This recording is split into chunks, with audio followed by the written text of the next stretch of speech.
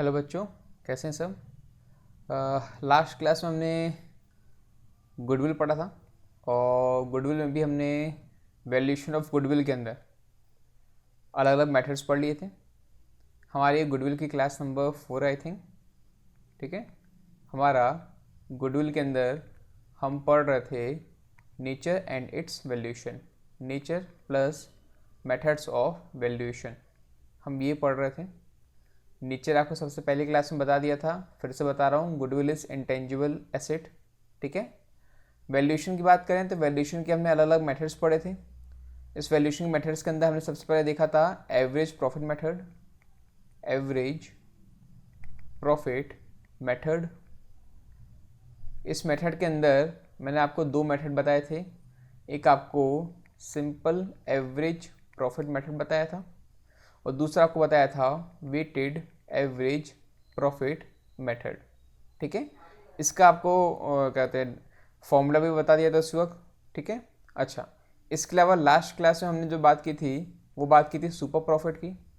तो यहाँ पे हमने बताया था आपको सुपर प्रॉफिट मेथड के बारे में, सुपर प्रॉफिट मेथड के बारे में, जिसके अंदर अलग अलग आपके क्या होते हैं, फॉर्मूलेस आते हैं। एक तो सुपर प्रॉफिट का सिंपल सा फॉर्मूला है क्या, goodwill equal to super profit into number of year purchase, number of year purchase.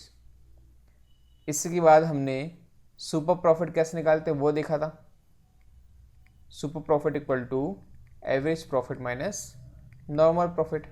ठीक है, इसके बाद मैंने आपको बताया था कि भाई नॉर्मल प्रॉफिट कई बार निकालना पड़ता है, तो नॉर्मल प्रॉफिट का आपको फॉर्मूला बताया था capital employed into normal rate of return.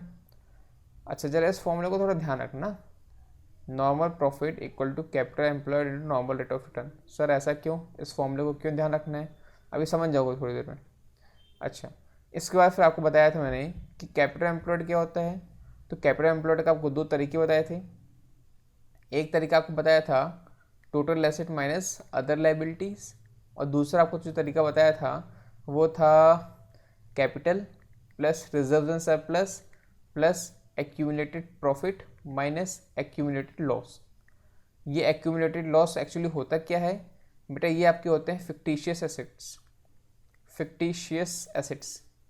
I hope आपने 11th क्लास में इसके बारे में पढ़ा होगा, फिक्टिशियस एसेट्स के बारे में। ठीक है, नहीं पढ़ा हो तो मुझे कमेंट में बताइएगा, कोई ना कोई वीडियो में इसको कवर कर दूंगा। अच्छा, ये हमने पहले पढ़ा हुआ था। इसके बाद एक तीसरा मेथड बचा हुआ है आपका, वो है calculation of goodwill by capitalisation method, by capitalisation method. आज का हमारा जो टॉपिक है उसके ऊपर है calculation of goodwill by capitalisation method. बताओ सर, इतनी सारी बातें हमें सिर्फ रिवाइज करने में लग गई, आज का टॉपिक अभी तक चालू ही नहीं हुआ। बिल्कुल, अब चालू हो जाएगा। ठीक है, अच्छा चलो भाई, कैपिटलाइजेशन मेथड की हम बात करें तो बेटा पहले तो मैं इसका फॉर्मूले एक बार आपको बता दूं। ठीक है, अपन फॉर्मूले लिख लेंगे, क्या क्या फॉर्मूले होते हैं, उसके बाद फिर मैं आपको समझाना चालू करूँगा कि एक्चुअली ये कॉन्सेप्ट क्या है। ठीक है, ठीक है सर। तो लो भाई, कैपिटलाइजेशन मेथड के अंदर भी बेटे आपके दो फॉर्मूले होते लगते हैं। इसके अंदर भी आप दो प्रकार से क्या कर सकते हो, कैलकुलेशन ऑफ गुडविल कर सकते हो। तो उसके लिए पहले मैं एक लाइन खींच दूँ जरा। हाँ जी, एक आपका जो फॉर्मूला है वो है calculation of goodwill, calculation of goodwill by capitalisation of, by capitalisation of normal profit, sorry by capitalisation of average profit. ठीक है, एक तो ये आपका कहते हैं वो है फॉर्मूला है, और दूसरा जो फॉर्मूला है वो आता है आपका calculation of goodwill, calculation of goodwill by capitalisation of super profit. ठीक है, आप कैपिटलाइजेशन करते हो सुपर प्रॉफिट का या फिर आप कैपिटलाइजेशन करते हो एवरेज प्रॉफिट का। अब बात आती है कि कैपिटलाइजेशन होता क्या है, बताएंगे धीरे धीरे करके, पहले फॉर्मूले देख ले दोनों के। ठीक है, तो पहले केस के अंदर जब कैलकुलेशन ऑफ गुडविल होता है by capitalisation of average profit, इसके अंदर आपको गुडविल निकालना है, तो उसका फॉर्मूला है goodwill equal to value of business, value of business minus capital employed ठीक है। सॉरी, ये आपका फॉर्मूला हो गया। अच्छा, अब इसमें वैल्यू ऑफ बिजनेस क्या होती है?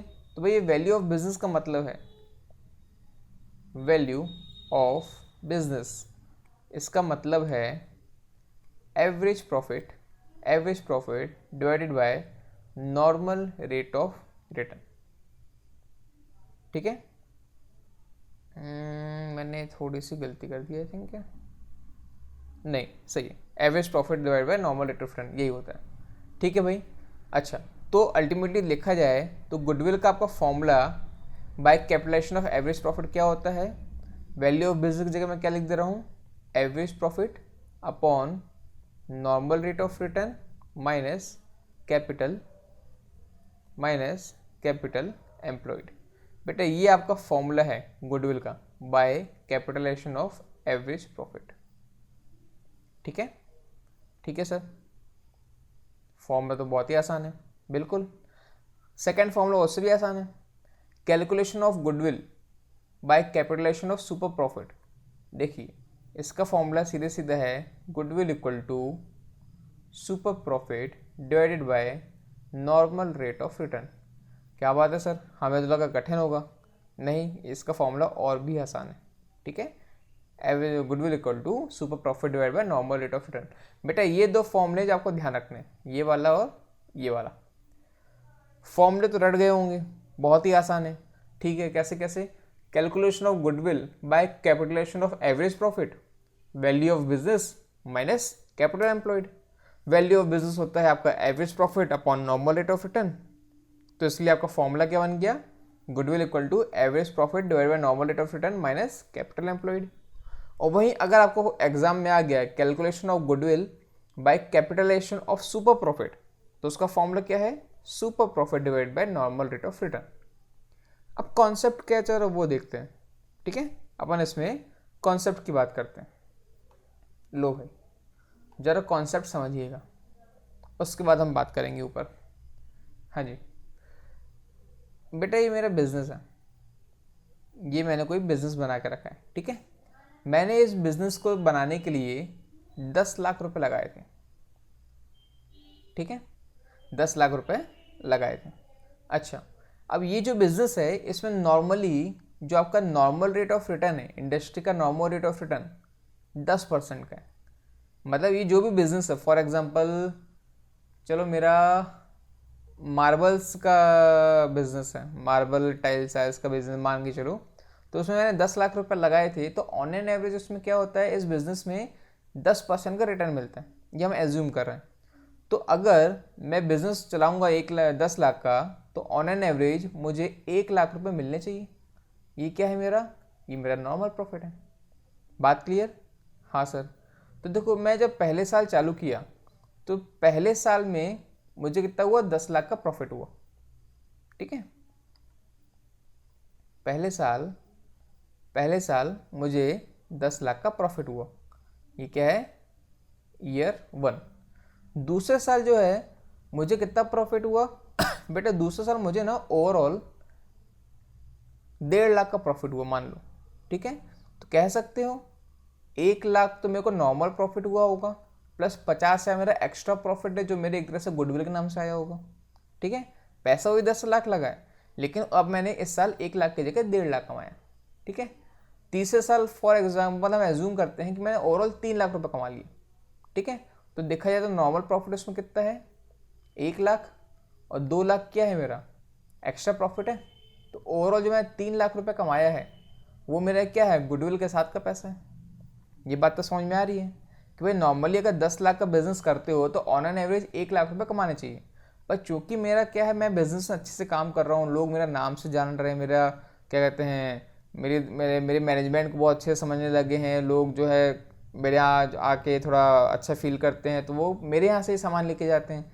तो ऐसे करके मेरा नाम बन गया, और मैं वही 10 लाख रुपये लगा के जहाँ लोग 1 लाख कमाते मैं 3 लाख कमाने लगा। क्या ये बात क्लियर है? हाँ सर, ये बात तो क्लियर है। अब ये सब चीज़ ना एक बंदा देख रहा था। एक बंदा था, वो मेरे प्रोग्रेस देख के कहता क्या बात है यार, तुम 10 लाख लगा के तीन मतलब तुम अच्छा खासा बिजनेस जमा लियो। कहते एक काम करो, ये बिजनेस मेरे को बेच दो।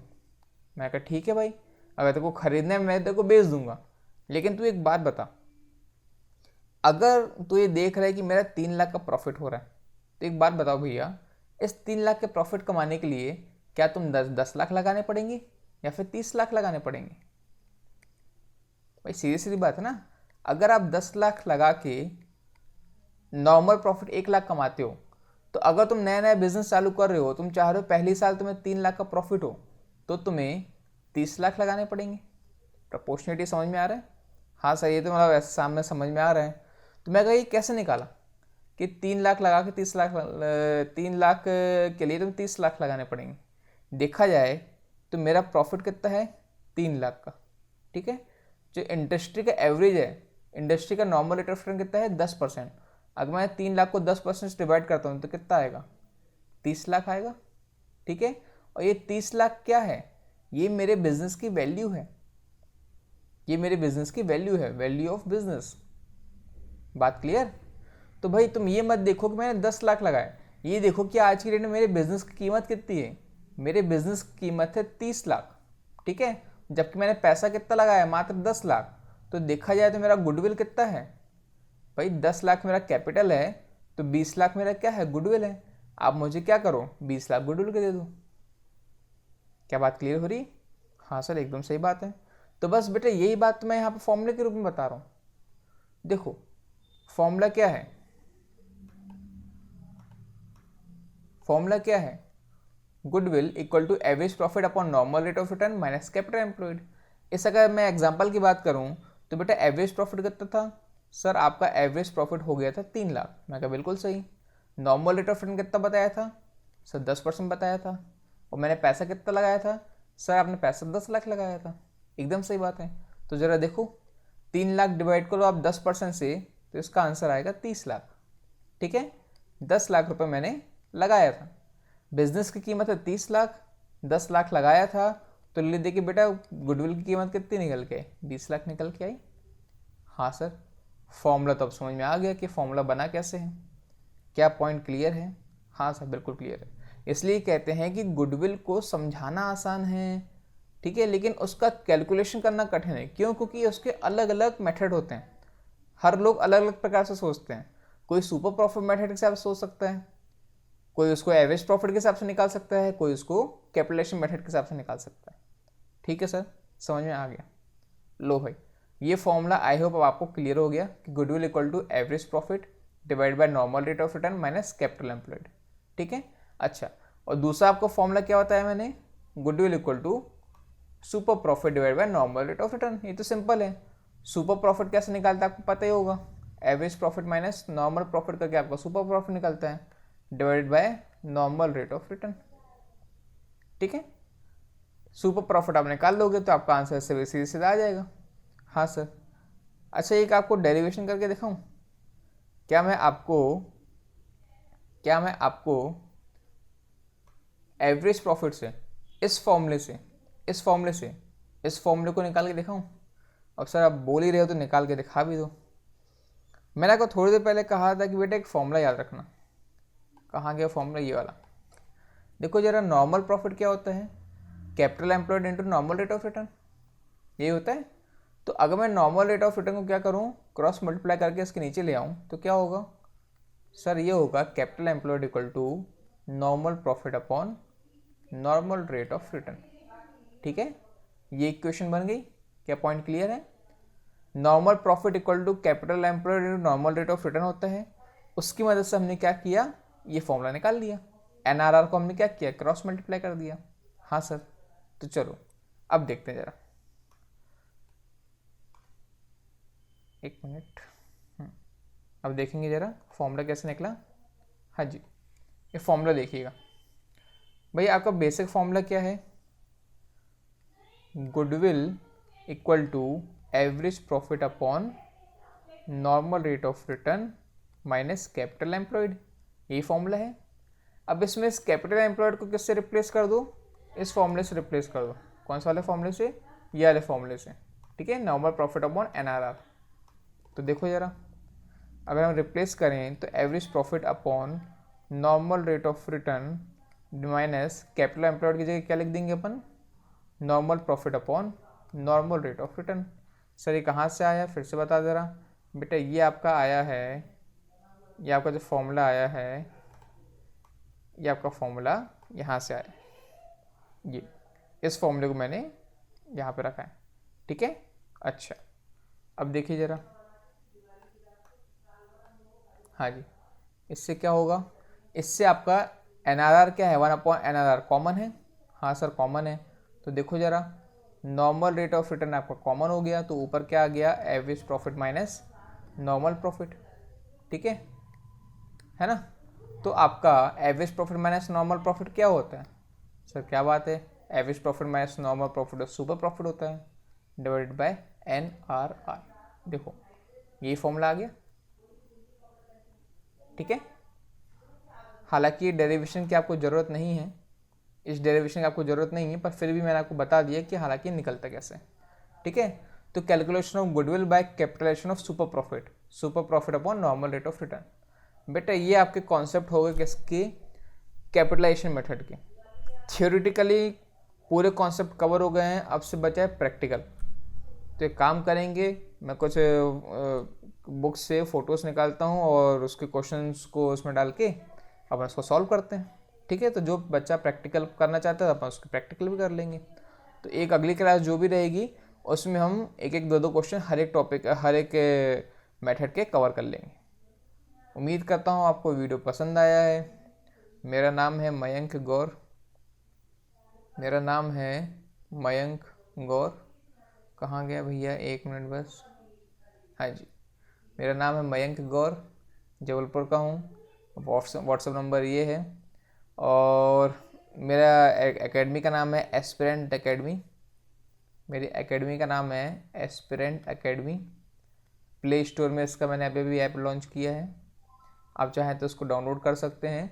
कुछ ही दिनों में उसमें बहुत से वीडियोस अपलोड हो जाएंगे, वीडियोस प्लस जो भी प्रैक्टिस पेपर हो गए, ऑब्जेक्टिव टाइप क्वेश्चंस हो गए, वो सब उसमें मैं डाउनलोड कर दूंगा, ठीक है। तो चलिए, वीडियो पसंद आया तो लाइक करिए, सब्सक्राइब करिए, शेयर करिए। Tata bye bye.